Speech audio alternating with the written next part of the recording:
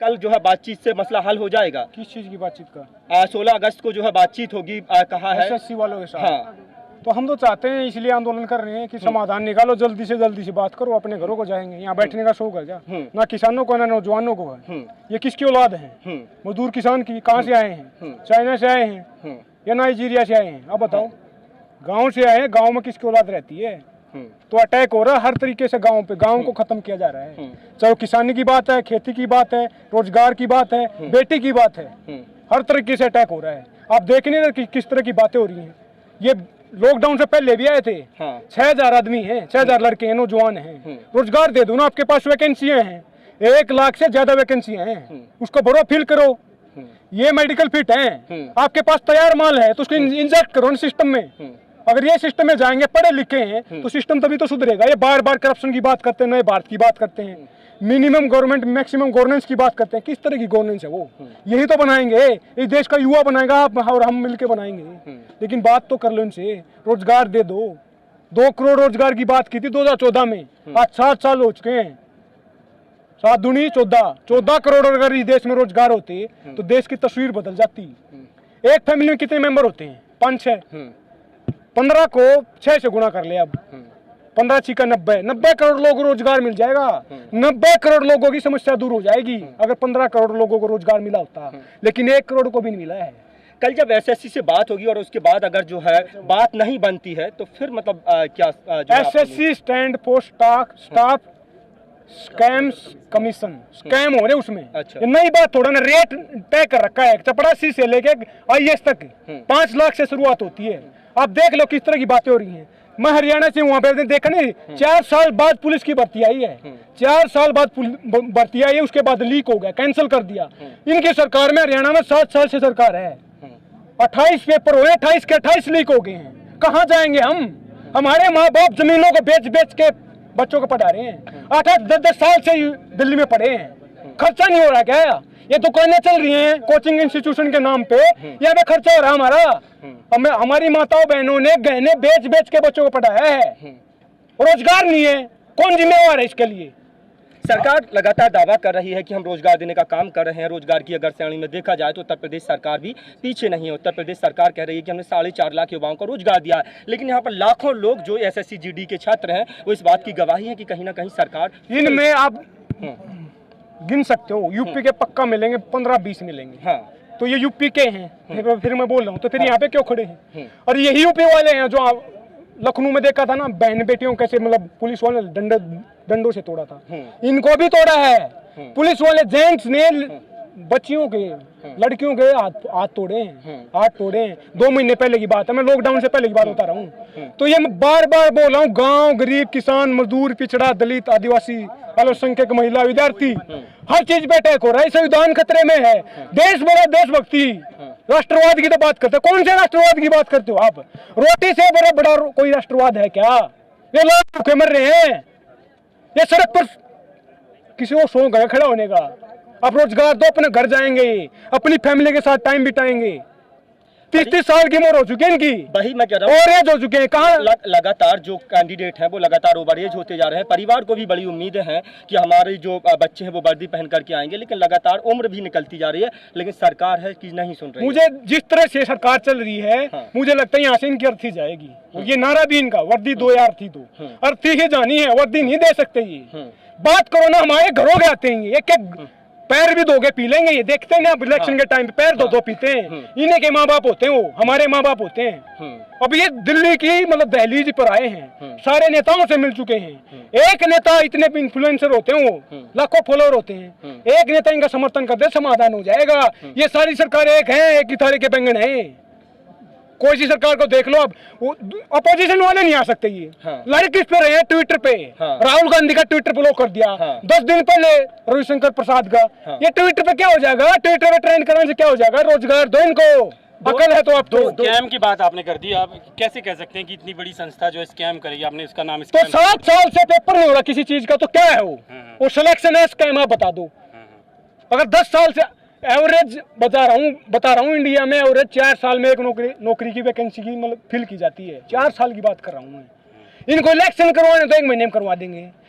90 करोड़ लोगों ने वोट डाला था हम चुनाव में, सॉरी 90 करोड़ वोटर थे, 60 करोड़ लोगों ने वोट डाला था, 1.5 महीने में रिजल्ट निकाल दिया था। और ये कितने होंगे, 4-5 लाख होंगे ज्यादा से ज्यादा। 4-4 साल वेट करना पड़ रहा है, और हरियाणा में तो 8 साल हो चुके हैं। पूरे देश की ये एवरेज है। इनको इनके हालात पर छोड़ दिया, तू गोली खा, फांसी खा या कुछ भी कर, लेकिन मेरे सामने मत आना।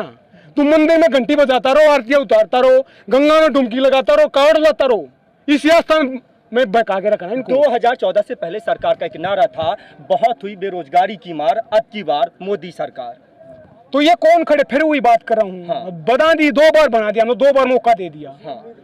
उसी उम्मीद पर बना था, सही बोल रहा भाई। तो फिर रोजगार दो ना, क्या दिक्कत हुई? ये वही रोजगार है, ये उन्हीं किसान मजदूरों की औलाद है। मैं बार बार बोल रहा हूँ, हर चीज इस तरीके से अटैक हो रहा है। इनको मैं बोल रहा था ना, इलेक्शन करवाना तो 1-1.5 महीने में 60 करोड़ लोगों की वोट दिलवा के इलेक्शन का रिजल्ट निकाल दिया। और इनका लाखों की जनसंख्या होगी पूरे देश में, इनके 4-4 साल लगा रहे हैं। कौन सा तर्क है ये, कौन सा लॉजिक है? मैं बोल रहा हूँ, फिर वही बात है। ये नहीं चाहते इनको रोटी मिले, इनको रोजगार मिले, इनके घर में खुशहाली आए, ये शांति से जिंदगी जिए। इनको गुलाम बना के रखना है। इन्हीं के माँ बाप तो हैं, बोले थे फॉर्च्यूनर में चलते, पिज्जा खाते हैं, एसी में सोते हैं, सही बोल रहे थे वो। तो ये तो गुलाम समझ थे। नहीं आ रहा जयदीप भाई, जिसके साथ हो रहा है उसको क्यों नहीं समझ में आ रहा है? अनपढ़ है, उस लेवल की एजुकेशन नहीं है। इनको अकल आई है जब अपने दिल पे लगती है, और मुझे भी अकल आई। इस देश में ही हालात है, अपना काम बनता, बाहर में जाया जनता। मेरा काम अगर निकल गया तो मैं सोचता हूँ देश में डेमोक्रेसी है। ये कौन सी डेमोक्रेसी की बात कर रहे हैं हम?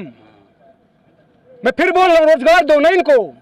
देश कैसे बनता है? देश के नागरिकों से बनता है। ये देश के नागरिक हैं, इनको रोजगार दो तभी राष्ट्रवाद आएगा। जो लोग ये फर्जी सत्ता में इतने बड़े बहुमत से काबिज हैं, तो उनको वोट देने वाले आप ही लोग तो हैं। इन्हीं लोगों ने तो वोट किया होगा, वोट दिया होगा आज, तभी तो वो सत्ता में है। आपको पता है आपके साथ कल क्या होगा? 5 साल में समझ नहीं आया था, फिर दोबारा से 2019 में मौका भी तो दिया गया। 2014 से 19 तक का बहुत लंबा समय था। फिर वो बैग गए थे, वो सोच रहे कि एक मौका और दे दें, क्योंकि 75 साल से सो कोड बोलते ना, फलाना फलाना की सरकार चल रही थी। हमने दोबारा यकीन कर लिया, फिर बहका लिए हम।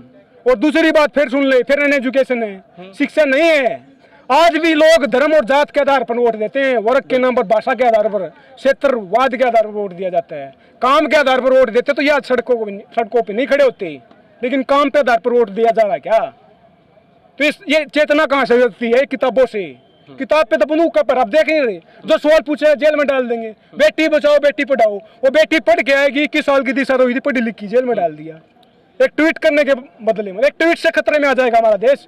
किसानों का आंदोलन काफी लंबे समय से चल रहा है। 9 महीने का किसानों का संघर्ष हो गया है, गतिरोध लगातार जारी है, कई दौर की वार्ता हो गई। किसानों की भी मांग ये सरकार नहीं सुन रही है। फिर उसके बाद एसएससी के तमाम वो छात्र हैं जो अपनी मांगों के लिए सड़कों पर हैं। यहाँ पर टाटा के कर्मचारी आए, तमाम लोग जो है ये पूरी तरह से अगर कहें तो एक केंद्र बिंदु बन गया। भाई साहब, अगर अब की बार ये किसान आंदोलन अगर सफल नहीं हुआ ना, तो ये मैं फिर बोल रहा हूँ, किसान मजदूरों के औलाद हैं, तो आने वाली जनरेशन, आने वाली पुश्तें इस देश में आंदोलन करने के लायक नहीं रहेंगी। इनके पास रोटी है तभी तो यहाँ खड़े हैं ये। अगली बार 10 साल बाद रोटी बचेगी, डेली कमाएंगे, डेली खाएंगे। जिसके पास रोटी नहीं है कैसे बैठ सकता हो? 6 महीने 9 महीने हो गए।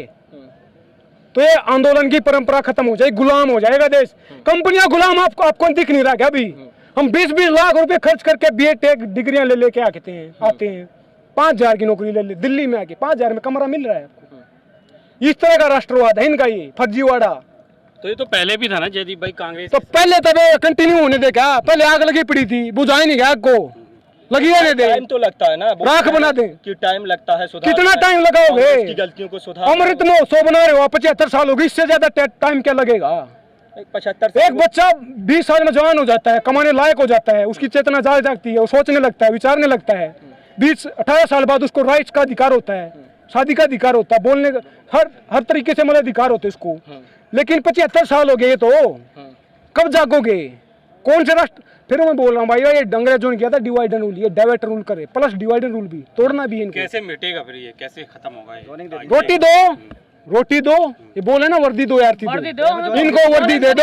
हमें 7 महीने हो गए रोड पे डोलते हमारे साथियों के साथ लाठी चार्ज भी हो गया। हमने हर मंत्री सब तक हमने हमारी रिपोर्ट पहुंचा ली, आज तक कहीं से हमें कोई रेस्पॉन्स नहीं मिला, कोई संतुष्ट उत्तर नहीं मिला। हमें रोड पर लाके रख दिया सरकार ने 7 महीने से। नहीं मिलेगा, क्योंकि गरीब औलाद है ना, गरीब की औलाद है, और एक मजदूर की औलाद है। ये नहीं सुनेंगे, हमारी क्यों सुनेंगे? हम फंडिंग करते हैं, हम उनको पैसे देते हैं इलेक्शन के टाइम पे। जो रैलियां करवाई जा रही हैं 500 रुपए दे के एक बोतल दारू की दे के, कौन करवाता है? कौन से फंडिंग हो रही है? इसके पापा मेरे पापा देंगे, आपके पापा देंगे, किसका बाप देगा ये खर्चा पानी? ये देते हैं पूंजीपति, उन्हीं की सरकारें चलती हैं। जो आपकी फंडिंग करेगा उसी पॉलिसी नहीं बनाएगा, तो बनानी पड़ेगी ना।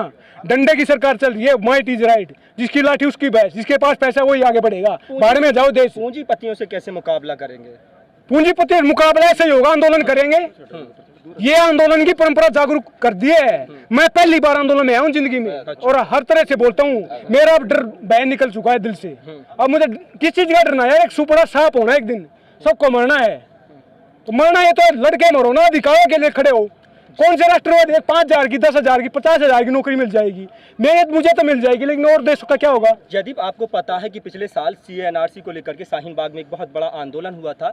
उस आंदोलन की चिंगारी हुई कि देश के तमाम हिस्सों में फिर शाहीन बाग के तर्ज पर तमाम और जो है आंदोलन चलने लगे। उसके बाद उसमें जो लोग शामिल हो रहे थे, आपकी तरह बोल रहे थे, उन लोगों को UAPA लगा करके जेल में डाला गया है, और जो है कई साल बाद वो निकल भी रहे हैं। तो हो सकता है कि सरकार आप पर भी ऐसी इस तरह की कोई कार्रवाई करे, डर नहीं लगता है? कितना डरेंगे? अगर भगत सिंह डर जाते तो देश आज तक गुलाम होता, गांधी जी डर जाते तो देश आज तक गुलाम होता। डरने की परंपरा नहीं है, भगत सिंह की कौम है ये। अच्छा। ये बलिदान देना जानते हैं, ये सेक्रीफाइस करना जानते हैं, यहाँ बलिदान देने आए हैं।